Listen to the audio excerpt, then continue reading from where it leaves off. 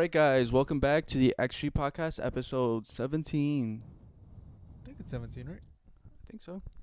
But Let me real it's coming home. It never came home. Thank God.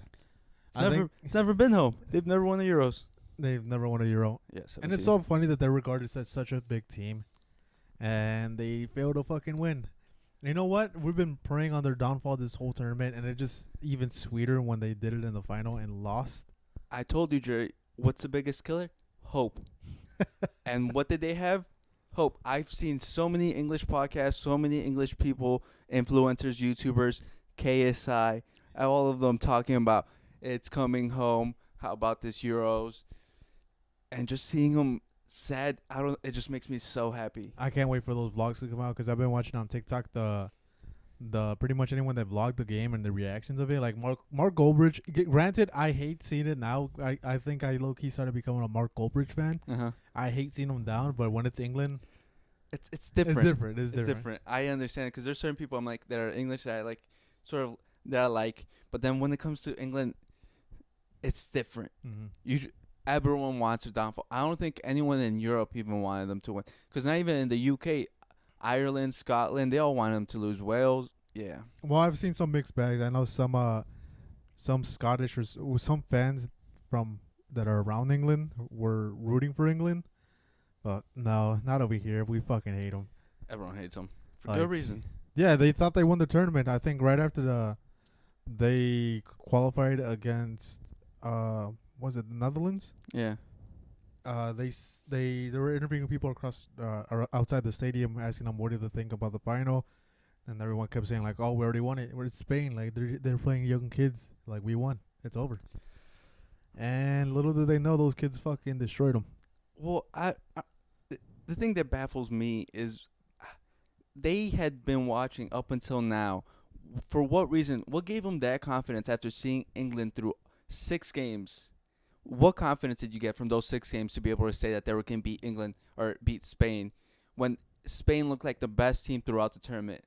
Mm-hmm. And the hardest run throughout the whole tournament. Yeah, like they beat the best opponents. They didn't lose. They didn't draw. They finished with 7 wins out of 7 games. Yeah. So, what confidence gave them? Where did they get that? I don't know, and it's pretty funny because too, you see a bunch of England fans throughout the tournament. Everyone was judging Southgate. They got to a final, the judgment went away. You mentioned it. I mentioned it because I was looking at it and like, because I was seeing through clips of podcasts and they were like, Southgate's a genius. Their opinion on him immediately did a 180, and everyone's like, he's a tactical genius. They were even talking about getting him knighted or whatever for his accomplishments. I'm like, what accomplishments? They're saying, oh, his substitutions are incredible. I'm like, the man got lucky. The man at the 85th minute just does his routine substitutions and hopes for the best. Yeah. At that point, you're just throwing a bunch of shit in the air, as many attackers as possible. And they come out with the moment of brilliance. It's like Mark Goldbridge said, that this is not a team, it's a team of moments. Yeah. Well, that's what's happened throughout the entire time that Southgate has been there. The players just get the win. They give them that moment, and they go through it. It's just individual players. He has there's so much talent on the team that they make up for it. Mm-hmm. But to be able to win a tournament, win a Euro or World Cup, you need more than talent. Yeah. And that's always been shown, and especially international stage, because these players are only together as a team for a couple of weeks. Mm-hmm. They don't have a long training period. Like you need to be able to have cohesion in that team. And with England, you've never ever seen that. You see it with Spain easily. You see it with certain teams like the Netherlands. Somehow they fucking have it, but sometimes the talent's just not there. The talent's not there. And I was gonna judge that because we didn't really talk about the semifinal. But real quick, Coleman is an idiot. He keeps starting random players when there's people that are going off for their club. Maatsen, Adeyemi, and somehow he's starting these guys that are usually on the bench. But yeah, I think we mentioned like Frimpong wasn't like Frimpong. Like he could play right wing. You were playing who was it? Bergwijn? Yeah. No, not Bergwijn. What's his name? It was Bergwijn and then Maatsen right wing. No, not Maatsen. It's Malin. There you go. Oh, yeah, no, not Maatsen. Yeah, right. Yeah, it's like you have Frimpong. He's a great attacker. If he's not great, he's not super great at defending. He has super great recovery speed, but he could play right wing. Yeah, he could play right wing back. But he, Then Memphis Depay, just not great for the team. Not he's kind of destroying a lot of the momentum. Xavi Simons showed up in the semifinal, but I just wanted to mention about cohesionness. I don't think Coleman's the right guy for the Netherlands. Just like Southgate, England has to find a better coach. And this is what actually startled me when I was looking at the clips about England. A lot of people are saying we gotta keep him. They've all switched and they're saying, oh, it's not his fault. And I don't know what's like if they have Stockholm syndrome or something. Like after watching these games, how can you not say it was his fault? Yeah, because it's just so weird. He's playing Foden right wing, Saka right middle, and Kyle Walker. Kyle Walker's best attribute is going forward. You take that out when you're playing two right wingers in the same position. I felt like there was no speed on this English team, and I felt like that was such a detriment to because Harry Kane, awful tournament. I'll say it. But also the team wasn't set up for him to excel because he likes being in the middle. He likes dropping back and going down the middle. Jude likes playing in the middle. Foden likes going in the middle. There's like 3 players going in the middle, and there's no space. The left wing, it's just open. It's a non-existent. There's no one there. And we've mentioned, like you've said, Eze. Why don't they play Eze? Anthony Gordon only played 5 minutes in this tournament. Like, what do you... I think we said it the whole tournament. That if England plays players in the right position, there's probably more cohesion. But Southgate, for some reason, wants to play with those guys. And even Cole Palmer, like, there's kind of shouts of him even starting over Foden because Foden didn't have the greatest tournament. Foden or Saka. Like, when Palmer got his chance, he showed out, and he gave England chances. Like, the final, he instantly came in and scored. And then even saw Jude, like, he kind of got freed up and was able to play in that center attacking role. Yeah, it doesn't make sense. And I want to turn this around because when you look at the two teams in the final, like England and Spain, it's like the two opposite coins because Gareth Southgate was promoted because he was a manager of the under 17s, under 21s, and was leading this group up. De La Fuente was the same. He was promoted from the under 21 national team coach, and he brought up this team. And I feel like you could see the opposite side because like Southgate got his job because of the players, but he brings the players down.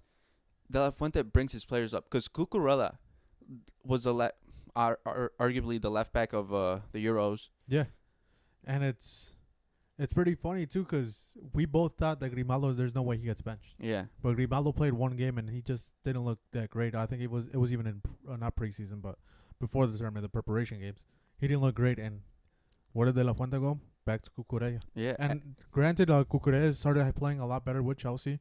SP has mentioned that towards the end of the season. Yeah, and so it gave him a big boost now, and he was pretty much the most sure thing for Spain, and even just locking up Saka, like he just kept putting a body on him. He wasn't afraid to throw himself at him. Yeah, so like De La Fuente has shown that he's also not afraid to make the tough decisions, unlike Gareth Southgate, because he'll bench bigger name players or big players and put what people would think smaller names or less players. But if they fit the system and they make the system work, he'll put them there, because like he knows that the system elevates players not just by having big names. It automatically means the team is better. Because he brought in Laporta, who's playing in Saudi, because he knew he would fit there instead of starting Pau Torres, who's had a successful season with Aston Villa, Le Nomad from Real Sociedad. And on top of that, too, in the semifinal, we saw that he didn't experiment against France. He didn't want to put, like what we mentioned, someone else at like a center back as a right back. No, he went with his guts and just put it like position for position. He put Jesus Navas. It worked out for him. They continued to go off of him, like not putting pressure, but eventually he adjusted that, and Jesus Navas had a great game. Even though he played not 40. I think he played like 60 minutes. Yeah. But he still showed out, and then on top of that, like I think they ended up putting Nacho. I forgot who they ended up putting, but it worked out for them. Like he didn't want to experiment. He didn't want to just throw any random makeshift right back. He did what had to be done. Yeah. He trusted his players. And two in the final two, Rodri kind of come off at the halftime, and who came in? Zubimendi. And everyone would have thought it was gonna be Mikel Merino, but no, he put Zubimendi, who hasn't been getting that many minutes. He put in like for like again, and he trusted that the system will work, that the players who knew how to work it would continue, and it stayed the same. Yeah, because if for profile, you would think it's Merino just because they have the same height, same body build. But no, it was Zubimendi. Like, he's the one that holds possession and is able to distribute the ball out. Yeah. So it was fantastic. And he played a fantastic game coming in for the final, not playing that many minutes. Yeah. It was fantastic. And I gotta give a shout out to Morata. I hated him a lot, but he just played his role. It was like Giroud with France. He knew his role. He didn't get the goals. He didn't get assists, but the runs he was making, he was freeing up everyone. Yeah, he was freeing up the wingers who were the stars of the show. Yeah, in the first goal, you saw Morata making that run, pretty much taking away Kyle Walker, or even I don't think it was Kyle Walker, but it was one of the center backs. He pulled him away. Then Dani Olmo pulled someone else away, so freed up Nico. So that was like Morata had a great tournament in the terms of like pulling markers. Yeah. What did you think of the game? The game was stressful. I think close to call, right? They had too many chances that they didn't finish, and I felt like they were just doing that for me to stress me out because I doubted them the entire tournament, and I felt like that's fair. Oh wait, who had them winning? Huh? Who had them winning? Spain? Yeah. The first episode we did, you had Portugal. No, I didn't. I went back. Very first? No, the official one. The official one we made the brackets. We made our whole list. When we went to the bracket stage, yeah, you had Spain, but first episode didn't. Everyone was downing Spain, and even we both beforehand we both doubted Spain. We didn't think they were gonna be favorites, but we thought they were gonna be good. And we felt the youth was they need another tournament. Yeah, but they just gave them a bigger boost in confidence. Yeah, but there's for the graphic of the Euro, they put a bunch of teams that supposedly quote unquote the favorites, like Belgium, France. Guess who was left out? Spain. Spain was left out. Well, it's like Cucurella when he posted about Gary Neville talking about that he was the reason why they were gonna make it to the final or like win it. And then he's like, "I guess you're wrong. We did make it to the end." Oh my god! But I thought it was a good game in general. Like you said, it's too close for comfortability. Oyarzabal had to pull something out of his ass, and Cucurella with the fucking cross. Yeah, it came out of nothing. I was gonna ask you, who do you think who's at fault for that goal? I have someone in mind, and I'm wondering. I've seen a lot of English fans blame Walker. I felt like Walker. This is when they got dispossessed. Yeah, I felt like Walker was out of position. But I also felt like John Stones. For me, number one is John Stones. He stopped following the run. He would have cut it off if he took that extra step. I felt like a lot. I saw a lot of England fans saying that John Stones was one of the best center backs of the Euros. No, now I'm like, partner. It was his partner. And now I felt like that's crazy. That's just hype building up around. That's just Man City. Yeah. Big name because Guehi was a better center back in the partnership.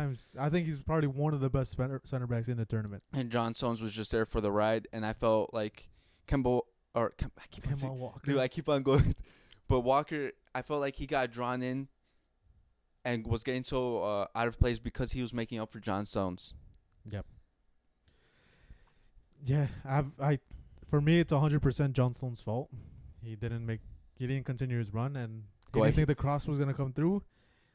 Gay had to try to come in and try to make the cover. He did a great job, but it was tough. It was a very tough cross, and he's at a disadvantage when the player's already in front of you. But then who got caught up? Pickford, and I love to see it. I gotta say, Yamal has finished those chances. He does. You gotta give it to him. He's just turned 17. Yeah, great talent and everything. But I just gotta say that's the only thing. He's streaky when it comes to finishing. Yeah, and that's his only problem. I felt like he has to clean that up because those two chances should have put the game away, and then made Pickford look better than he actually was because they were straight at him. Granted, the first one was a great save. The first one, yeah, because it deflected, but the other one was straight at him. Yeah, the second one was straight down the middle. I wish he would have gone first post with the second one. I think he would have caught him by surprise and scored. Yeah. But yeah, it's crazy to say like he's 17, just 17, and the only fault in his game is he can't finish. Yeah, well, that's gonna come over time. Yeah, because I remember the Neymar's first season with Barcelona, he could not finish for shit. Same thing with Suarez. He struggled to get his first goal. I think that's the problem with all young players. They're wasteful with their chances, but I felt like once you really see them mature, it's the finishing that really shines. Yeah, and it's pretty cool to see, and it's very scary to think about that. Lamine Yamal is not obviously he's not finishing right now, Yeah. but how many assists did he have? 4. The most out of any Spain player in any Euro ever, which is crazy to think because you think, oh, Xavi or Iniesta or like Fabregas. when they were dominating in like the 2008-2012 run, they must have had more than that, right? Yeah, But they apparently they didn't. I don't know, man. But it's pretty insane to see. You know, he has more knockout goals in big tournaments than Ronaldo. Does he? Yeah. Oh my god.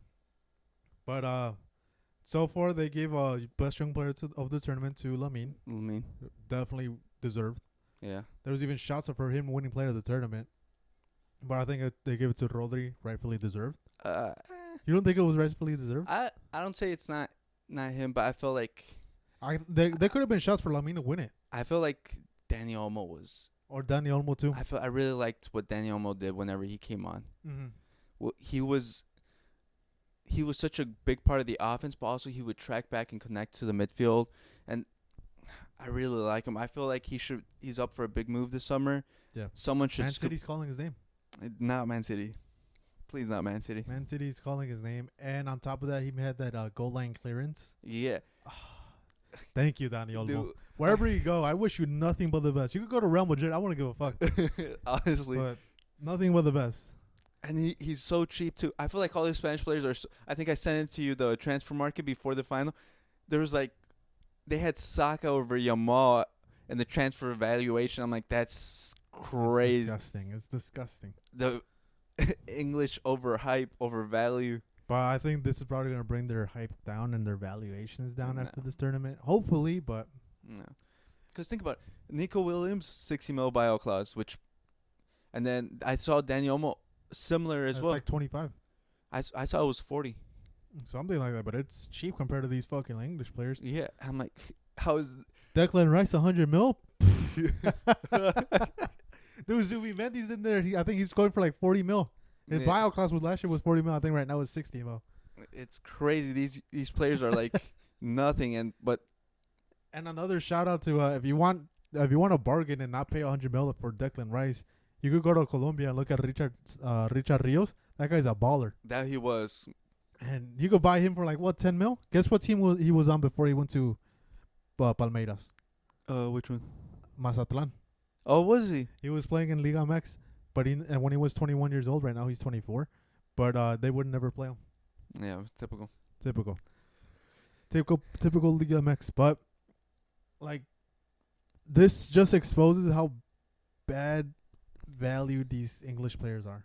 Like horribly valued. It doesn't show the bad value. It just shows how much they're cheating. How much what was it? The fraudulent spending they've done. All the money laundering. Yeah, they've been doing. Oh my god.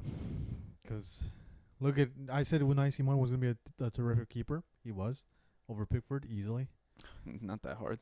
Fucking Laporte, like you just mentioned, is playing in fucking Saudi. And He's you have John Stones. Well, Gay, I'll give him the benefit of the doubt. He played great. he was great, but John Stones, who I think Laporte just got kicked out because he had problems with Pep. Mm-hmm. But it's crazy that no team wanted him. Yeah. Because he's still 29. He still has like 4 or 5 years 5 left. years at least. You saw Thiago Silva, he's still playing. He's like 37, 36. Yeah. And it's not like Laporte is all about speed or anything like that. He's a smart, technical center back. So I don't understand why no team. Yeah, you saw it easily. Immediately when it came to distribution, they gave it to Laporte to build up from the back. Yeah, so I don't understand how he's in Saudi right now. I think he's gonna make a move back to Europe. Hopefully. There's a bunch of teams that need center backs. Chelsea, that'll be a great buy for them. I'm not even gonna lie. Yeah, but Are they gonna buy him? No, they're probably gonna buy another random 17-year-old. dude, they still need to do their laundering so they could get on their financial fair play. Big facts. We know But- what you do, SB. Like for midfielder, who else? Who would you say? There's Gante. Well, Conte. No, I was just talking about like comparing. Jude, he got exposed, like all tournament. I don't think he got exposed. I think he was a victim of Southgate. Because him and Foden were both vying for the same position and they were obstructing each other. Mm-hmm. And I felt that they both looked better when they're, like I said beforehand, when they were by themselves and they had wingers, actual wingers on their sides that they could play off of. Mm-hmm. I don't know if they can play together. I don't know if it's just a system, but for now, I don't want to see them on both playing for that number 10 spot. Yeah, they gotta do something because Jesus Christ. But no, I think he just had a bad tournament. Worth 100 mil? Eh. All right. Agendas are coming out, guys. Agendas, or is it because it's your team? Agendas. But who's the other midfielder? It's Declan Rice. Oh, Phil Foden, coming off a great Premier League season too. Yeah, this just getting exposed is pretty bad. And then Kobe Mino, who I think Kobe Mino, I think he had an average tournament. I feel like English fans hyped him up. They're saying that he did great. I wouldn't say he did great. I wouldn't say he did bad. I think he did his job. Yeah, he was all right. I did see what's the channel, not the channel, the Instagram page, Wonder Kids. They were raving about Kobe Mino, like how he's one of the best young players in the tournament, probably the best young player of the tournament or favorite to win it. And I'm like, are you fucking serious? You clearly have an agenda against Lamine. Yeah, he's one of the best wingers in the world right now. I'm not saying he's the best winger, but he's one of the best. Yeah. And you're not even considering him for player of the tournament. That's fucking horrendous. Put your agenda away. But yeah, Kobe Mino, he played great. He played good recovery as far as build up, not too much, but in recovering he did fine. But it was, again, it's his first tournament with the senior team, so it's expected, and I think he did well. Yeah. Harry Kane, that fraud. Oh no, yeah, thank God. You saw what I almost said before the game? No. That he's the one that's keeping Harry Kane's streak going this summer, or like in the not the summer, not the Premier League. Oh my the God. Bundesliga. The Bundesliga. He's keeping his trophy drop going, and he's gonna continue making it go. And he's the one that made the goal line clearance. I love that. We love it, dude. Dude, Omo, you're making me love you more and more. But yeah, because if you think about it, the man is cursing everywhere he goes. Yeah. He went to Bayern, who was a guaranteed trophy, and he stopped him somehow. Some girl on TikTok is going viral. I forgot what her name is, but she's, I wouldn't say a pundit, but she's an advocate. She comes out in podcasts, and I think she came out in a watch along for England versus Spain, and she said how Harry Kane is playing horribly bad and is getting exposed because they used to have players like Raheem Sterling and Rashford that used to, once they got the ball, they would score. And Harry Kane would obviously be silent. I think I know you. I think she's Neve. I think something like that. Yeah, I've seen her. I saw the clip of her where she was talking about that. Yeah, and to be honest, that's perfectly summed up because what's his name? Not Palmer. Saka? Is Saka, Foden, Drew. Foden going for a goal like that? No. And plus, they don't make those behind the line runs. They're not defeating teams with their speed. Mm-mm. They're more technical. They want to slow the pace. They want to go in and dribble past them. I feel like they're trying to play like Spain, but they're not. I feel like they don't know what they want to play. Yeah. You saw that's why Bellingham kept doing like back heels and like there wasn't communication with his wingers at all when he was doing those things. When in reality it should be a good pass, but those players aren't making those runs. They're not making, and that's why I think we mentioned it. Like, why isn't Anthony Gordon starting or like actual wingers? They like. It's agenda, dude. This guy's fighting for his fucking job, and he kept it. So thank you, England Federation, for keeping Southgate. This is pretty much guarantees that England is going home for the World Cup. Thank you. I gotta take. They're not gonna win anything. This golden generation aren't gonna win anything. They might win a Nations League, I think. No, I'm telling you, they're not winning anything. Not even that. Anything. Because the way they play is never gonna work out. Yeah. As long as they have this coach, it's not going to work. And the way the fans are talking, they're never getting rid of this coach. Yeah. Thank God. Thank you. Yeah. I got to give it to him. But we talked about the player of the tournament, young player of the tournament. Top goal scorer. 6 people. 6 people tied for top goal scorer. But I think ultimately they gave it to Dani Olmo. But I think every one of those players are going to get a trophy. So one player shouldn't. It's Harry Kane. Yeah, you know why. But yeah, I think this is probably one of the dumbest things. I think it's the first time they actually do it. they give out multiple trophies because I remember one of the Euros that Ronaldo won it. That They gave it to they him. gave it to him and not the other player. It that was, tied with I him. believe, the last Euros. Mhm. He was tied with. Oh, I can't remember. I think it was like Slovenia.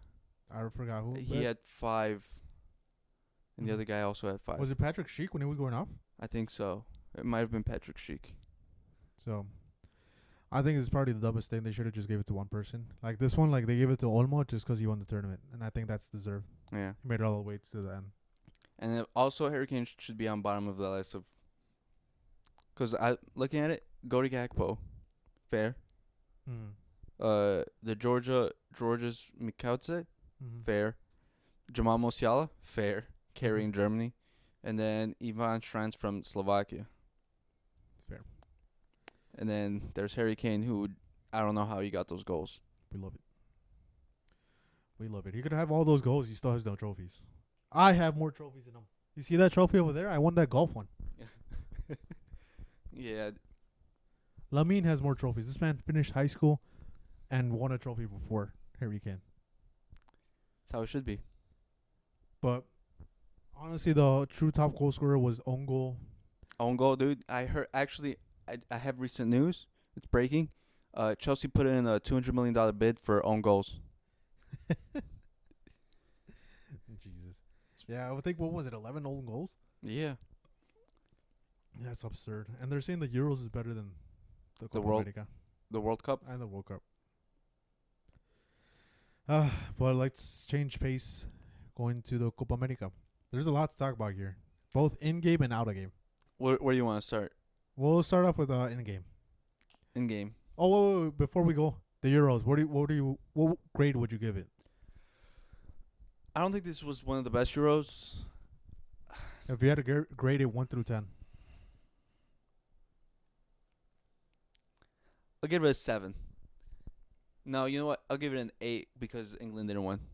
I'll give it a 6. I'm just bumping up because of England not winning. I give it a 6 because the good one. But I give it a 6 because England did get to the final. But on top of that, there was like a lot of unattractive football. Like the big teams that were supposed to be the best teams to play, the best forward play, the best goal scorers, they didn't show up.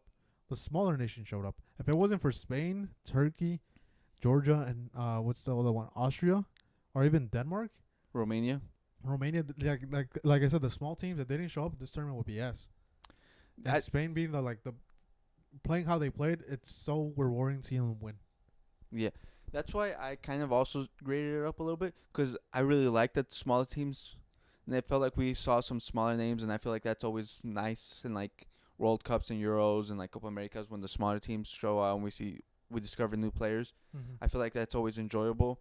I felt what makes a great tournament is when all the teams are playing like that. Mm-hmm. But I feel like it's becoming reoccurrent that the big teams always fall short and they just never play attractive football. Yeah. Also, on top of that, 11 own goals is not a good look. Because I never felt like it was a high-scoring game Mm. ever. Like there was a couple back and forth. The Turkey game Yeah. versus Was it Georgia?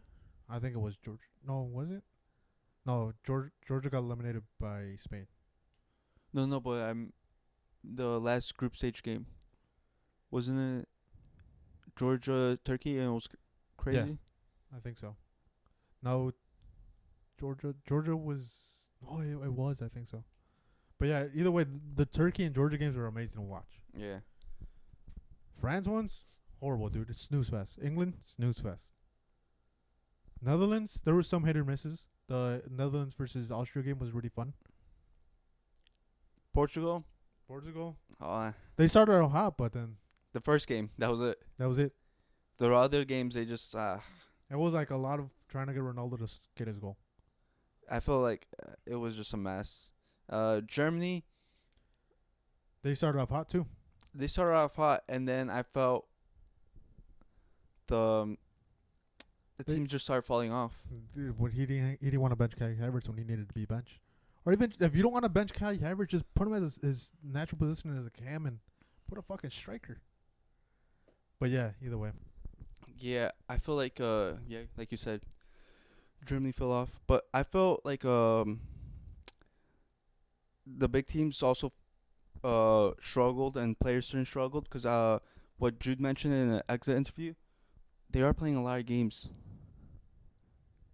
Maybe. They're playing a lot more games than before if you think about it, because a lot of players are reporting back to the teams right now. Mm-hmm.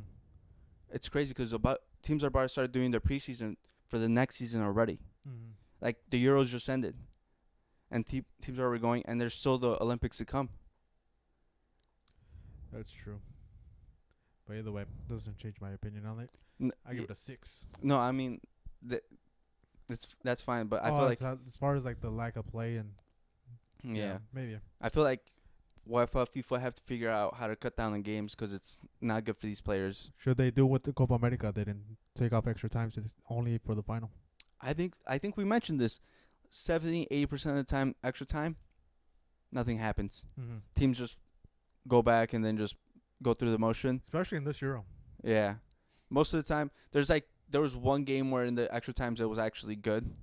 Well, Spain versus Germany, but I felt like Spain was actually going for the win. Then the other ones, I can't. It was England, but they scored on early on, and then I was just defending for 30 minutes. There was another one I can't remember, but yeah, extra times before. I felt like teams were actually would still go for it, but now I don't know if it's because they don't have the legs anymore because of so much game time, or just because analytics or whatever says it's not good to go for it. I don't know what, but it's boring most of the time. Yeah, I feel like. And then it cuts back on game time, so the players don't have to play those extra 30 minutes, and like you said, it's less games for their legs. Yeah, I felt like you either go switch over to just go straight to penalties or go to golden goal. That always makes things interesting. Yeah. But would a golden goal make teams again play more defensively? Would you? I think so because if you think, my train of thought is if you go for golden goal and you start playing defensively like that, you're just inviting them to score on you. Yeah. Because you still got to score a goal to win. There's teams like France who will want to play counter-attacking football, who will absorb the pressure and just throw the ball up there for one of their wingers. One of their wingers, they literally started only Mbappe. Yeah, never mind. But yeah, it's a thought that's going to be had. Maybe I don't doubt that the commissioners or the board is going to talk about that to try to make it a bit more fun. Because who doesn't like a penalty shootout? Yeah, it's always the most nerve-wracking part of football. Yep. Because there's luck and skill. Predominantly luck. A lot of luck. Yeah.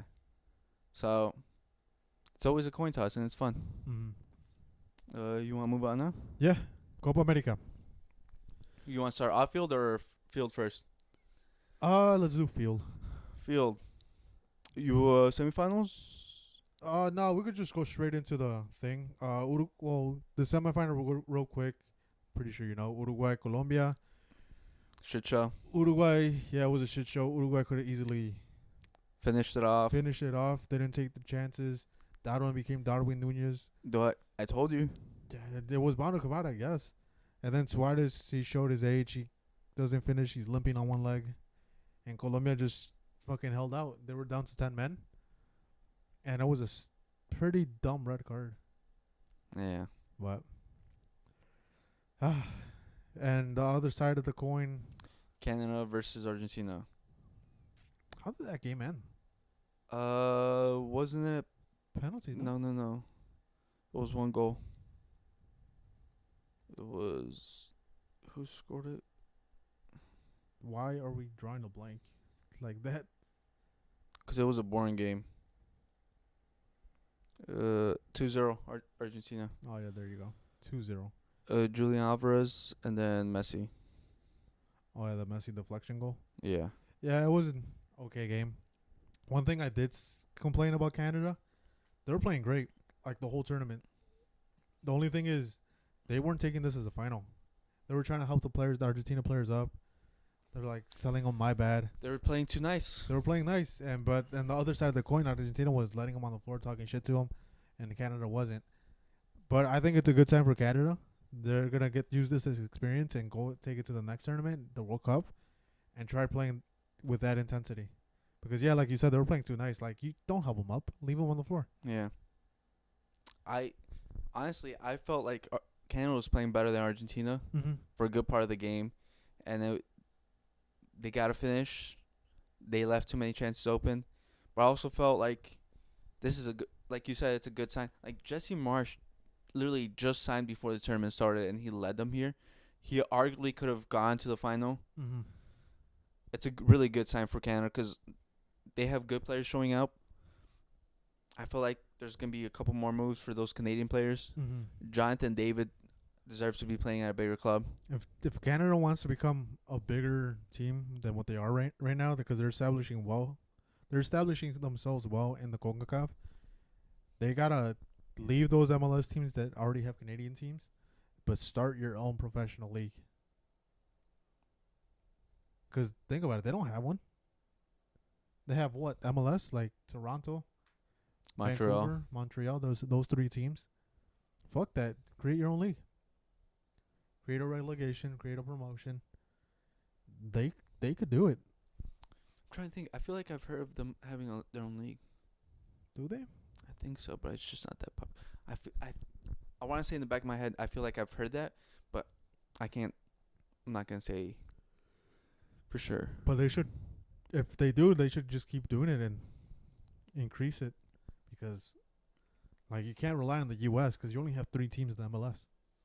To ship those players to MLS? No, create your own. Every other country has it. Mexico has their own. Not a good one though. Well, recently it started getting super bad. But yeah, Canada easily could have made it to the final, but Argentina showed out. They showed that they win these games when it comes to knockout games, and Yeah, it wasn't like it was alright. it was alright. But the final, and Argentina shows who's who. Colombia didn't really play their game. It was first of all, it was a boring final. To you, I was fucking over here nervous. It was, well, besides that, the whole pacing of the game, offside or off the pitch, ruined it for me. Yeah. Because the whole pacing of the game was off. Mm-hmm.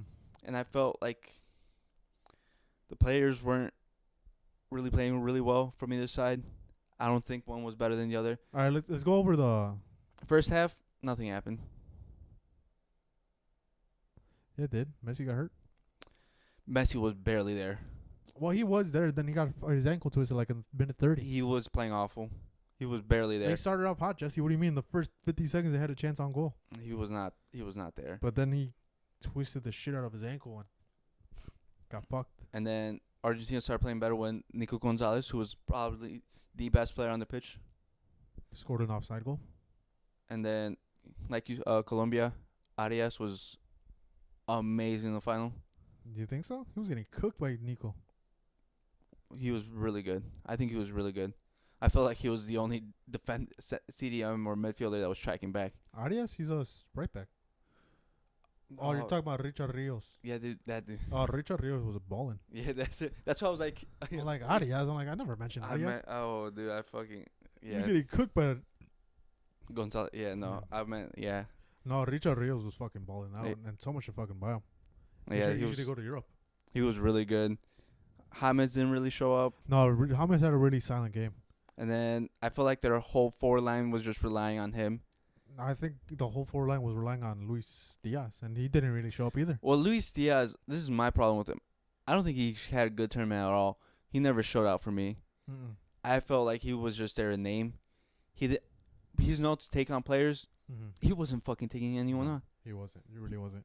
And yeah, you're right. You would have thought that he would have led the whole attack, but no, it was James pulling the strings the whole time. Yeah, and I felt this is a problem with Colombia. James doesn't show out. Colombia doesn't show. And on top of that, they did have a lot of set pieces, and Colombia was the team with the most set pieces goals, but they didn't really score any from this one. Yeah. They were dangerous, but sadly they couldn't score. So their first game plan went out the window, especially when you can't have your winger fucking take people on. Then it becomes harder. Yeah, and then when the second half second half, extra time, when they took out James and made their substitutions, I felt like there was no threat at all.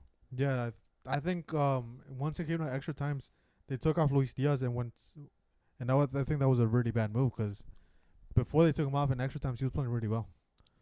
It was providing that threat because he still had kind of like fresh legs and taking off Argentina with the already wobbly legs. Yeah.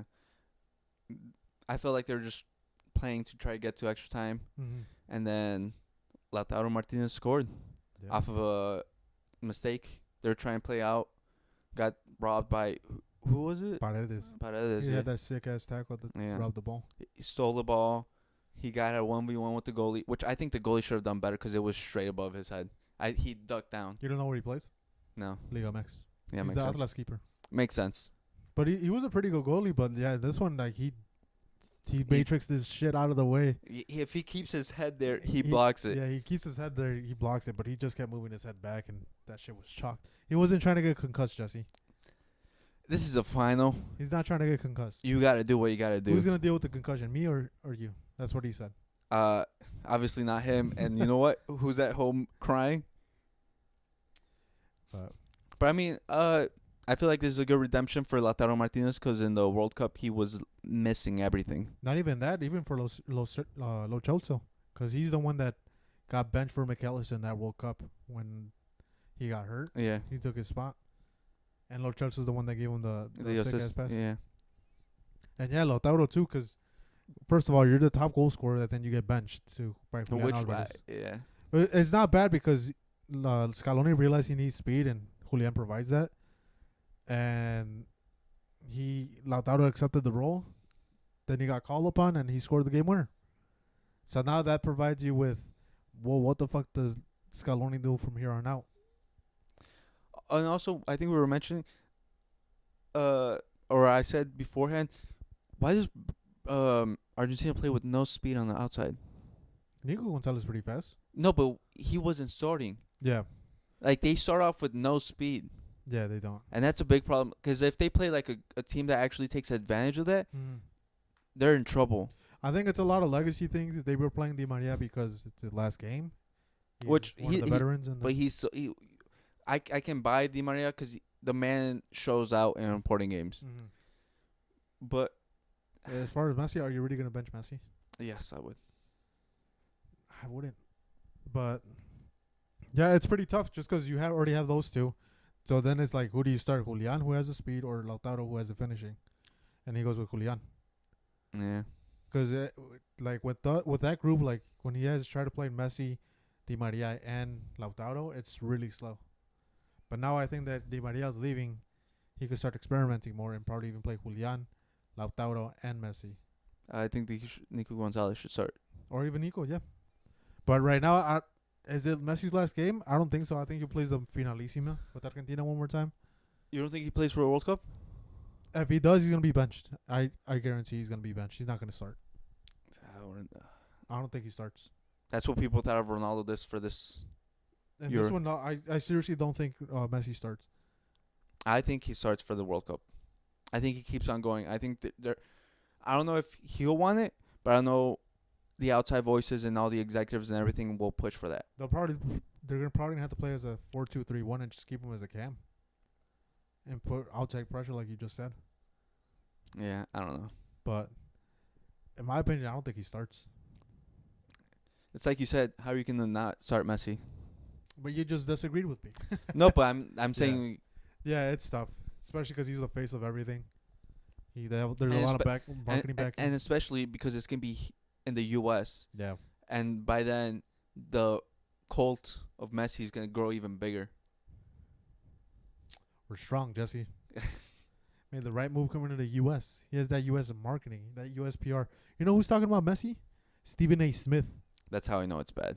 That's how you know it's fantastic. That's how you know it's bad. I know. It's the man does not know what he's talking about. I know, and it's so funny because I think, don't you remember him talking about the followers that Messi only has 10 million? It's like, no, that man has almost 1 billion.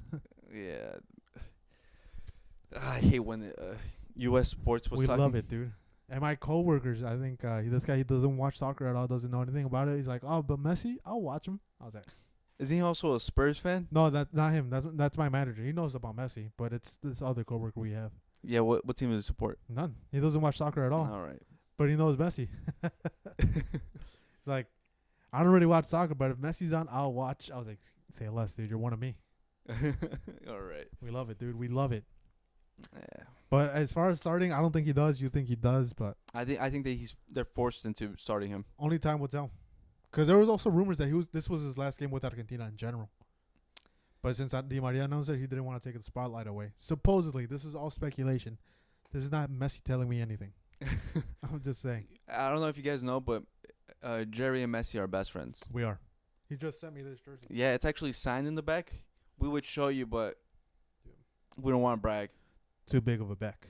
Yeah. All right. Since you just said finalissima, who do you got? Spain. Yeah. The Spain. If they're playing with that, like Messi.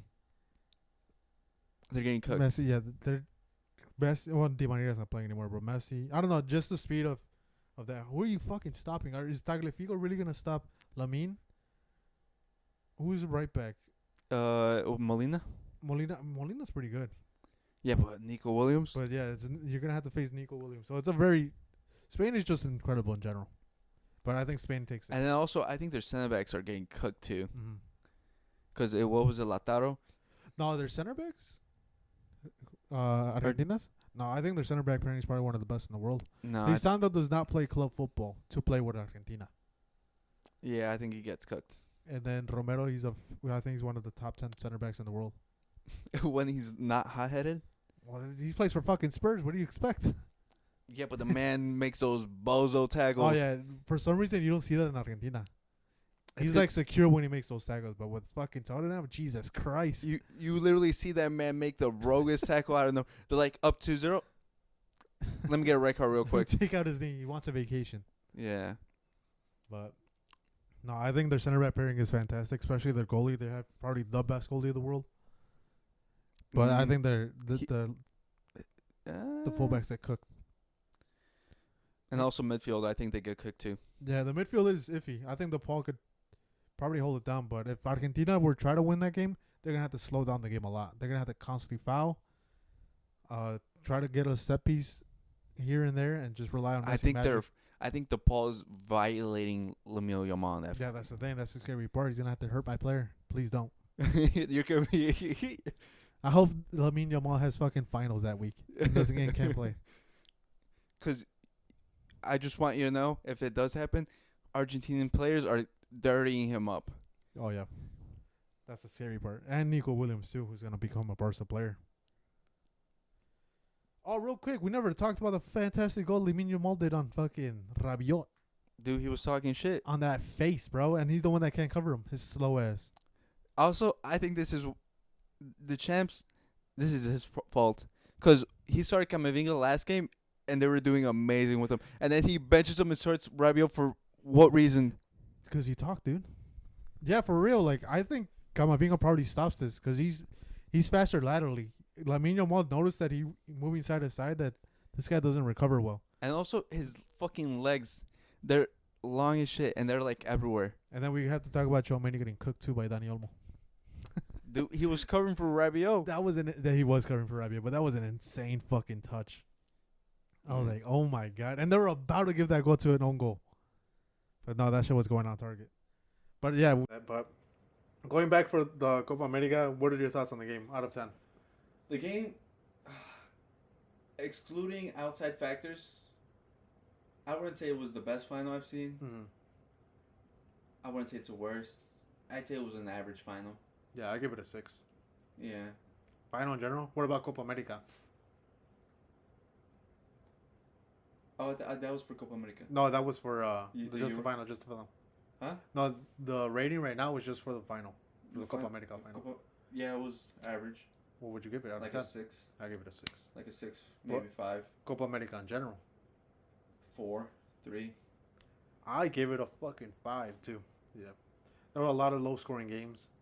Argentina wasn't scoring that many goals. I felt like this was the weakest Copa America's been in a while. Yeah. And it's crazy because this was supposed to make it strong because it was combining with the best of CONCACAF. Mm-hmm.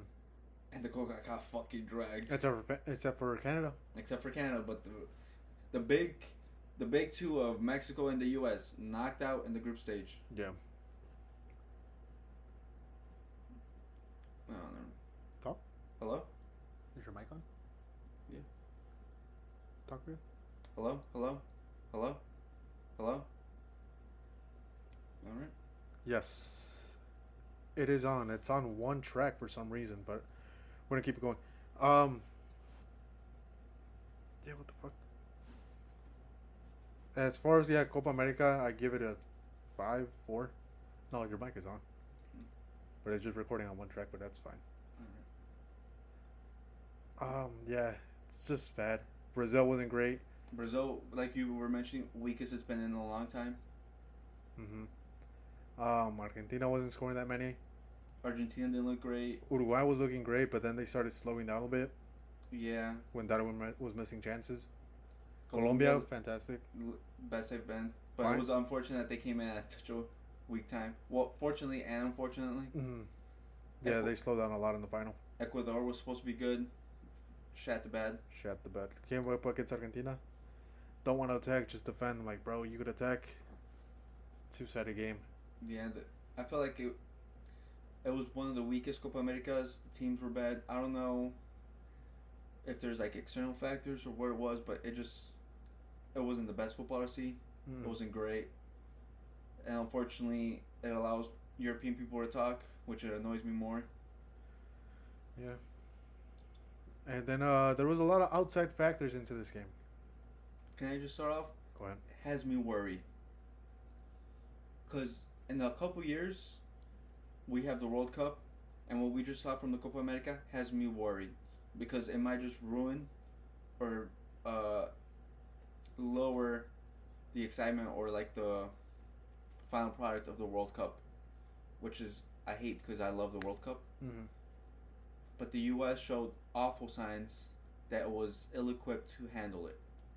Because the fields did not look great, the security did not look great, and the overall production, it looked like they're trying to make it into something that it's not, which is awful because we've carried on this spirit for so long now, and they're trying to make it so Americanized, so much for the money.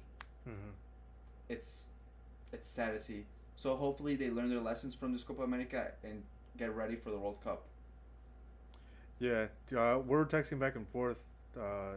You mentioned how they're trying to make it into a Super Bowl, and this is not a Super Bowl. You can't have the players sit out for 30 minutes because it was a Shakira halftime show, which I thought was the dumbest thing in the world. Because if you're gonna have a halftime, not even a halftime show, a show in general, and the Champions League has done this, they do it before the match. Yeah, it gets delayed, but that's not even super fine, but it's still better than halftime because at halftime you already ran for 45 minutes. You're already focused for 45 minutes. Now, if you have it at halftime, you don't know when it was supposed to be done. Because at first it was 20 minutes. Then they said 25, and that thing ended up taking 35 minutes. Which delayed the game. Players could have easily got hurt. I think Messi was one of them. Yeah, I think I texted you. I'm like, dude, they have to do a whole new warm because their bodies have gone cold. Yeah. It was just dumb. Because on top of that, it got delayed because fans were running into the stadium with ticket, no ticket. They didn't give a fuck. They ran because there was no security. And I followed this one dude on Instagram. He's a big Barca guy. He went to the game, and he got in, but he had to leave, just because he was able to go in, but his friends weren't able to go in. But on top of that, he was explaining the whole situation because he's been to other tournaments and knockout stages, and they mentioned how in other countries they do pre-checks before you even get to the gate, so they make sure you have a ticket, way before, like a mile or 2 miles outside the stadium. If you don't have a ticket, they don't let you in. Then if you do have a ticket, you go in, but then you go through another check. They don't even scan your ticket. They again ask for the tickets, see how many you have. All right, they let you in, and then you could actually scan it. And this one, he even mentioned before in the other ones that they have a bunch of police, just in case. And he mentioned on this one how there's no police anywhere in sight. When they did have police, it was very minimal. He said there was only a couple. And then he was talking to the police before going into the stadium because he wanted to see about his friends, and he mentioned how the police that he was talking to, that they were reinforcements. They weren't even there assigned to be at the stadium. So it was the dumbest thing. Like, did they think this was just a regular old event? Like, no, it's a fucking final. Granted, they hosted a previous Copa America in 2016, but now soccer's even bigger, and there's more Latin American people coming into the country. More football fans are becoming around the world. Like, you have to have that security. But yeah, people with no tickets, it was just sad because they weren't able to get in because they had to shut down the gates. And then in the game, police had to go row by row and check everyone's tickets. If you didn't have a ticket, they kicked you out. And yeah, people were spending thousands of dollars. There were the coverage I was watching was interviewing people outside the stadium, and how they spent $2,000. First of all, I'm like, people are saying that they're broke and don't have money. Cap, you just spent $2,000 on tickets. But second of all, it's like it's still fucked that they spent all that money and couldn't go see it. Yeah, it's so sad because football fans have the most passionate fans in the world. Like, they travel all over the world just to watch your team play, just to be able to support your club, nation, whatever. Mm-hmm. And it's sad that because the organization doesn't run it well, that we are the ones that have to suffer. Mm-hmm. Like, you should be able to handle this straight. Like, America is known for, like, holding big events. How can you not be known for this, or, like, try to sell that and not be able to fucking handle this? Yeah, because how long was the delay before the game actually started? It was supposed to start, the game was supposed to start, like, at 7. It started at 7. Yeah, 7. It started, what, like 8:30? Because the players still had to go out and warm up. Yeah. Because they also delayed that for the players, which is awful. Yeah. So I think maybe that had a reason for the final being so slow. Wasn't as attractive because the players weren't warmed up. And then the halftime doesn't help. Yeah, that doesn't help. It just gave us another reason to slow down the game. And plus, it was also in Miami, in the middle of the, like, hurricane season. Yeah. So it's humid as hell. It's already hot. People were passing out. Yeah, it's... Thankfully, there was no one trampled, but still, people were passing out. There was kids there. It was just the dumbest thing in the world. People were going through vents to go into the stadium. They were hiding in vents. Yeah. Like, it was bad. It was such a bad... It's a bad look. And then Bielsa came out and talked about it because he wasn't in the final, but the whole Colombia-Uruguay thing happened where Colombian fans had started attacking the families from Uruguay, yeah. the players. He came out and started pretty much talking shit to CONMEBOL and the organizers. Yeah, where was the security? Like, you know this is going to happen. Mm-hmm. You know certain, not all, but there's, like, a certain fan base, like, or certain, like, fans that can't control themselves and always start trouble. Mm-hmm. Like, you always should have security by the players' families. By the players' families, or in general, just separate the fans. Yeah, or just have it secure. Like, in South America, sometimes they don't even let away fans in. Like Boca Juniors and River Plate, they don't let away fans in. Like, it sometimes has to be like that, but I'm not saying don't let them in, but, like, you have to provide a divide. If you're a Colombia fan, you have to sit on this section. If you're a Uruguay fan, you have to sit on this section. It's like how it is always in, like, also in Europe. Like, they have the fans on one side, the other fans on the other side, and the middle is, like, for, like, neutrals or things like that to mix around. Yeah, it's for, like, mostly families. What do they call it? Like, the fan zones, right? Yeah. Like, certain parts, like, where if you're truly passionate, buy these tickets, and I think they're even cheaper. Yeah. But if you're not, like, if you're casual, you want to sit down, just buy them over here in the middle. But in this one, they don't. They just said whoever can buy them, buy them. Yeah. I don't understand the problem because they're acting like this is their first time ever, like, hosting a thing. Mm-hmm. As if they, like, don't know. Yeah. I have so many problems with them. It's just like... Yeah, it's just sad to see. Hopefully they take away the World Cup and host it in Mexico. Yeah. Because, Jesus Christ, I do not want to see the final in New Jersey. In the Giant Stadium. I've been saying this. I think there's a petition out there. People sign it. Petitions aren't going to do shit to them. I know, but... that's our last hope. We've got nothing. We can see a World Cup final in New Jersey in a shitty stadium surrounded by grass. shit. Yeah. Well, it's funny because people are saying, like, it's a stadium known to... It's like the New York Jets and Giants stadium. It's known to fucking cause multiple ACL injuries and Achilles injuries. And they're about to put the most expensive most expensive knees in the world on that surface. It's just dumb. I think that's the one pitch that was getting a lot of flack that they. It was like the worst pitch. Well, it's because they're replacing all these turf fields. But yeah, no, but the problem is that they're taking off the turf fields and then they're putting in grass, which sometimes it looks so patchy and it's messed up. The thing is, they're not letting the sat grass or grass set.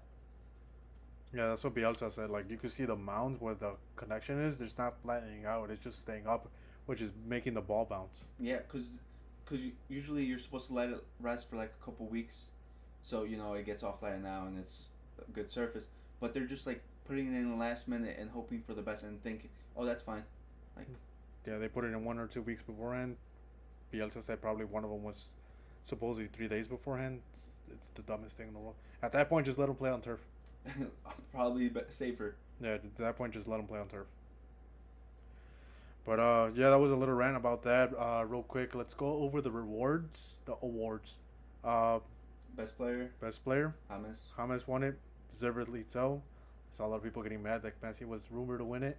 Messi's obviously going to be rumored to win it. It's in America. He's playing in MLS. Relax, he didn't win it, so you guys could take a chill pill on that.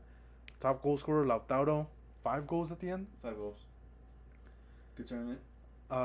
Keeper of the tournament, Emmy. Was it? Did they actually do it? Dibu. They did. All right. It's in Euro. They don't do it. Dibu won it. There was sadly no young player at the tournament, which kind of sucks. Who would you have gone for?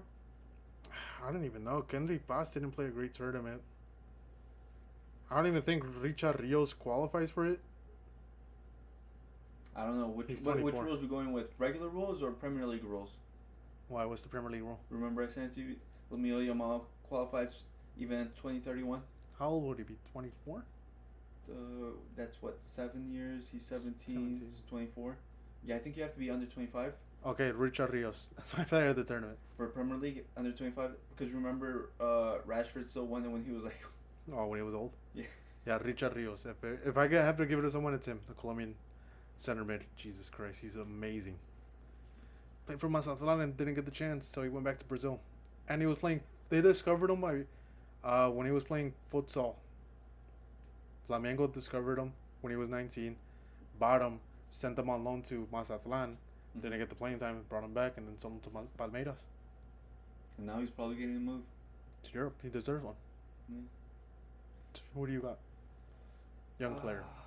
I feel like it's tough. Messi. I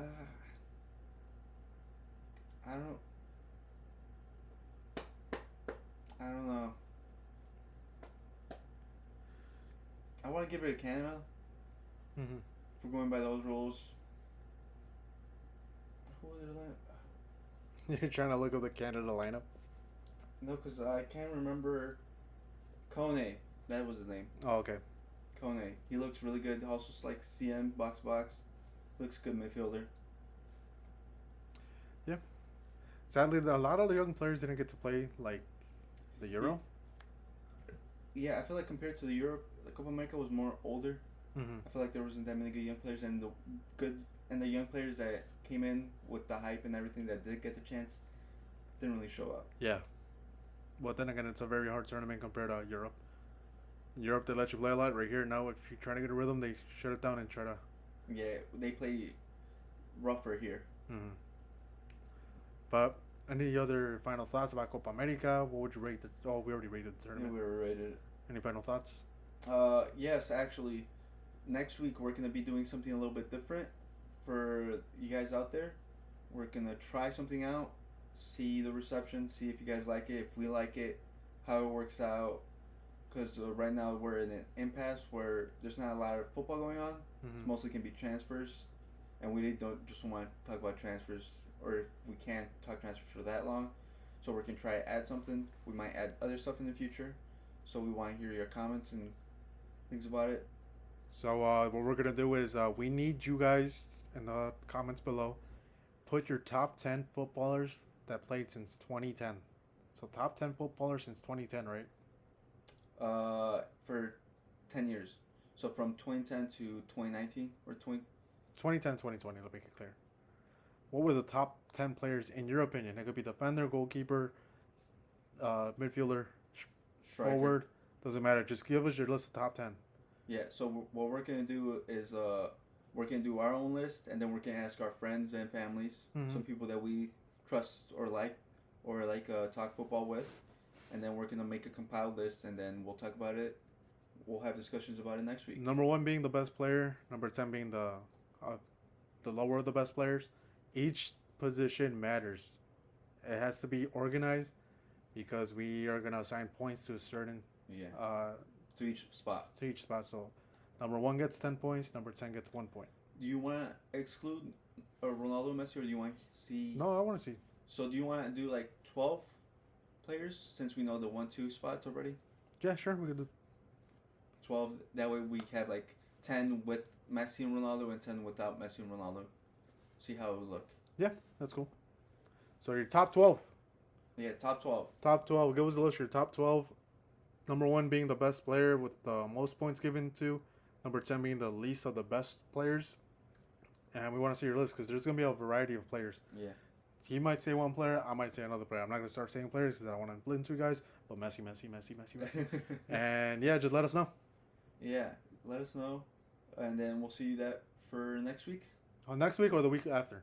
But we're trying to compile the list, have enough players, and have a good sample size of what would you say, rewards? No. Rewards? No. What was it? For the just a good sample size, so we we can go got off a good it. sample size. We're gonna get hopefully enough, like maybe 5 to 10 people.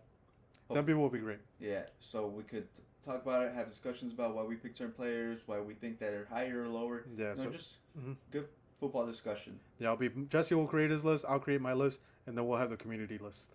Yeah, and then I'll compile all the lists and numbers and things like that.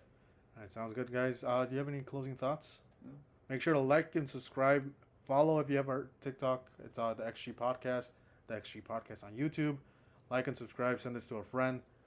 Send your shit takes too. We want to hear them. Yeah. And your hot takes. Yeah. And remember, it's coming home. It's coming home. Thanks, guys.